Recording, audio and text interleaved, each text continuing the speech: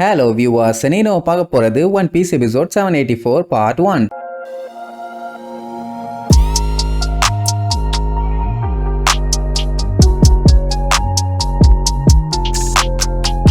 Open பண்ணா போன பாட்டுல நம்ம ஆளுக சோத்துக்காண்டி சிங்கி அடிச்சுட்டு இருந்தாங்க. ஒரு சின்ன பிஸ்கெட் கூட இல்ல. ஆனா கடைசியில ஒரு மீன் ஒன்ன புடிச்சிட்டாங்க. அதுவும் நல்ல பெரிய மீன். ஃபர்ஸ்ட் லூஃபி இழுத்து மேல தூக்கிட்டான். அதுக்கப்புறம் மறுபடியும் அது தண்ணியில விழுந்து இழுத்துக்கிட்டே போகுது. லூஃபி விடுறதா இல்ல, இன்னும் கொஞ்சம் விட்டு அவன் கடல்ல போய் விழுந்துருவான் போல. அதனால ப்ரூக்கு போய் லூஃபிய பிடிக்க, ப்ரூக்க நம்ம பெட்ரோ வந்து பிடிக்க, பெட்ரோவை சாப்பர் வந்து பிடிக்கன்னு கஷ்டப்பட்டு அவனை அமைக்கி பிடிப்பாங்க. ஆனாலும் ரப்பருங்கிறதுனால சல்லு நிறுத்திட்டு போவோம். என்ன ஆனாலும் சரி, இன்னைக்கு லூஃபி விடுறதா இல்ல. சோறு சோறு சோறு சோறுன்னு காட்டுத்தனமா முக்குன்னு முக்கி ஒரு வழியா இழுத்து கப்பல்ல போட்டுருவாங்க. அது பார்த்தா கலர் கலரா இருக்குது. ஆனா என்னமோ ஒண்ணு சாப்பாடு கிடைச்சிருச்சுல்ல, அதனால சந்தோஷம் தாங்க முடியல. என்ன நார்மல் கலரா இருந்தா பிரச்சனை இருந்திருக்காது. இந்த மீனுக்கு இருக்கிறதுனால இது சாப்பிடுற ஃபிஷ்ஷானே சாப்பிடுற டவுட். இந்த மாதிரி நேரத்துல இவ்வளவு பெரிய மீன் கிடைச்சிருக்குது. அதுலயும் லூஃபி விடுவானா என்ன? சாப்பிட கூடாதுன்னா ஒரு மீனே இல்ல, அதெல்லாம் சாப்பிடலாங்கிற மாதிரி சொல்லிட்டு அந்த பச்சை மீனையே திங்க போவான். ஆனா சாப்பர் விட மாட்டான். கொஞ்ச நேரம் வெயிட் பண்ணி நான் செக் பண்ணிட்டு வந்துடுறேன்னு நேரா உள்ள போய் சஞ்சியோட லாக்கரை ஓபன் பண்ணுவான். ஏகப்பட்ட புக்ஸுங்க வந்து விழும். அதுல மீனுக்குன்னே ஒரு புக் வச்சிருப்பான். அந்த புக்கை செக் பண்ணி பார்க்கும்போது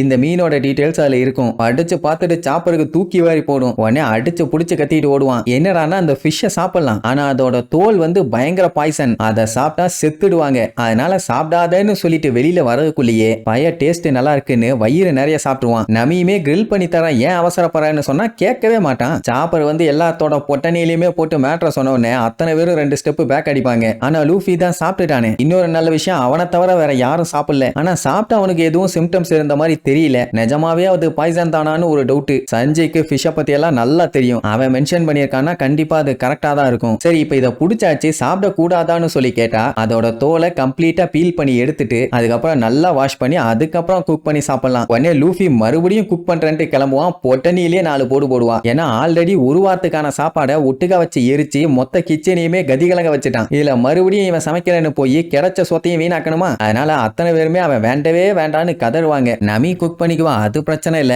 ஆனா லூஃபி இந்த மாதிரி பாய்சனை சாப்பிட்டுட்டானே, அதுதான் லைட்டா கவலையா இருக்குது. அவன் அதெல்லாம் ஒண்ணும் இல்ல, நான் நல்லா தான் இருக்கேன்னு சொன்ன உடனே சரி ஓகே, இதுக்கப்புறம் டைம் வேஸ்ட் பண்ண வேண்டாம்னு சொல்லிட்டு நமி குக் பண்ண போயிருவா. இப்போ பாய்சனை தின்றுக்கான். தின்ன உடனேவா எஃபெக்ட் காமிக்கும்? டைம் ஆகத்தானே செய்யும். இது சாப்பருக்கு தெரியாதா என்ன? ஆனா அவனே கூலா விட்டுட்டான். அதுக்கப்புறம் சஞ்சய் என்னென்னலாம் ரெசிபிஸ் யூஸ் பண்ணுவானோ அதே மாதிரி நமியும் யூஸ் பண்ணி குக் பண்ணுவா. ஸ்மெல் எல்லாம் வேற லெவல்ல இருக்கும். சரி ரைட்டு அப்படியே டேபிள்ல அட்டிக்கு வைப்பான். அத்தனை பேத்துக்கு செம்ம ஹாப்பி. அதுக்கப்புறம் திம்பாங்க பாருங்க, காஞ்சா மாடு கம்புல பூந்த மாதிரி. டேஸ்டும் வேற லெவல்ல இருக்கும். ஏன்னா சஞ்சியோட நோட்ஸை யூஸ் பண்ணி இப்ப குக் பண்ணியிருக்கா. அதனால டேஸ்ட்டுக்கு பஞ்சம் இருக்காது. சரி ரைட்டுன்னு சாப்பருக்கு கொஞ்சம் சாப்பாடு கொண்டு போய் கொடுக்க போவாளா. அந்த டைம் லூஃபி அப்படியே பேன்னு கிடப்பான். எந்த ஒரு அசைவும் இல்ல. சாப்பர் கதறிட்டு இருப்பான். என்னடானா பாய்சன் வேலையை காட்டிருத்து.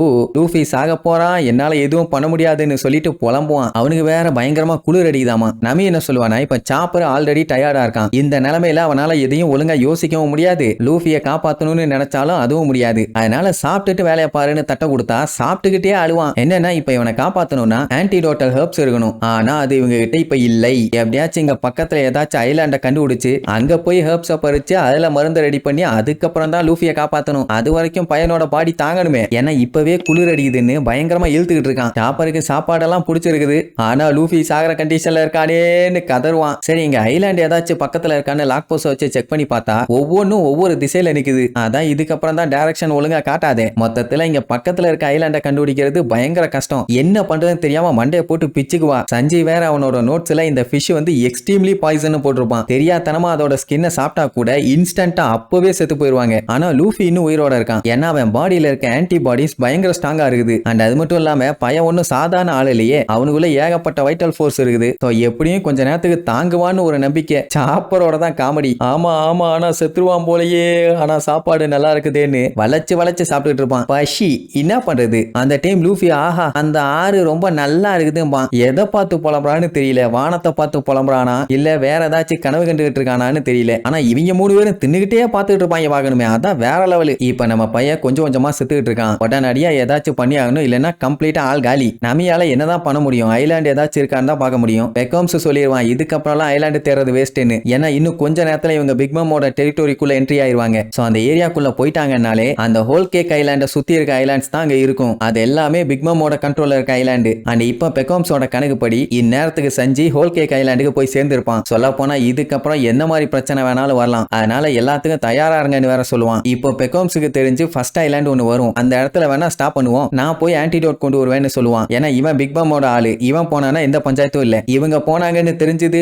கொல்ல பண்ணிடுவேன்னு வச்சு செஞ்சிருவாங்க. ரைட் அப்படியே பொறுமையா போகும்போது திடீர்னு காட்டன் கேண்டிஸா விழும். அந்த ஏரியாக்குள்ள என்ட்ரானாலே இந்த காட்டன் கேண்டிஸ் விழும் போல. சாப்பிடுறதுக்கு தான் காட்டன் கேண்டீனா பிடிக்குமே. சோ சாப்பிட்டு என்ஜாய் பண்ணிட்டு இருப்பான். சொல்ல போனா இப்ப பெர்ஃபெக்ட்டா வந்து சேர்ந்தாச்சு. அந்த டைம் கடலுக்கடியில ஏகப்பட்ட மீனுங்க அப்படியே சிக்னல்ஸ் அனுப்பிட்டு இருக்குங்க. அது அப்ப இவங்களுக்கு ரிங் ஆகுமா என்னன்னு கேட்டா இதுதான் வார்னிங் சிக்னல். அப்படின்னா வேற ஒண்ணும் இல்ல, இது பிக் மமோட ஏரியா. தெரியாதனமா வந்துட்டாங்கன்னா கூட இந்த வார்னிங் சிக்னல் கேட்டதுக்கு அப்புறம் இங்க இருந்து எஸ்கேப் ஆகி ஓடிடணும். அப்பவும் தெரியாம உள்ள வந்தோம் அப்படின்னா வச்சு செஞ்சிருவாங்க. அது தெரியாம இவங்க வேற ஜாலியா என்ஜாய் பண்ணிட்டு இருப்பாங்க. பெக்கோம்ஸ் பச்சை பச்சையா திட்டுவான், ஒழுங்கா உள்ள போய் மறைஞ்சுக்கீங்கன்னு. அந்த டைம் பெட்ரோக்கு தூரத்துல ஒரு கப்பல் இவங்களை ஃபாலோ பண்ணி வரது தெரியும். உடனே பெக்கோம்ஸுக்கெல்லாம் அள்ளு விடும். ஏன்னா யாராச்சும் பிக் மமோட டெரிட்டோரிக்குள்ள வந்தா டார்டேன்னு ஒன்னு இருக்குது, அதுதான் வந்து செக் பண்ணும். அது ஒரு ஸ்கவுட் ஷிப். மேபி அதான் வந்துருச்சு போலன்னு பதறி அடிச்சு போய் பார்ப்பான். சுத்தி எல்லா இடமும் ஃபாகா இருக்கிறதுனால அது ஒழுங்கா தெரியல. சரி என்னமோ ஒண்ணு, அதுல இருக்க ஆளுங்க பார்த்தாலும் பெரிய பஞ்சாயத்து. அதனால எல்லாத்தையுமே போய் ஒளிஞ்சுக்க சொல்லுவான். சாப்பர் ஒரு விஷயத்த தெளிவா சொல்லிடுவான், லூஃபியோட நிலைமை ரொம்பவும் மோசமா இருக்குது. அதனால முடிஞ்ச அளவுக்கு சீக்கிரமா ஆன்டிடோட்டை கொண்டு வர சொல்லுவான். அதெல்லாம் நான் பாத்துக்கிறேன்னு சொன்ன உடனே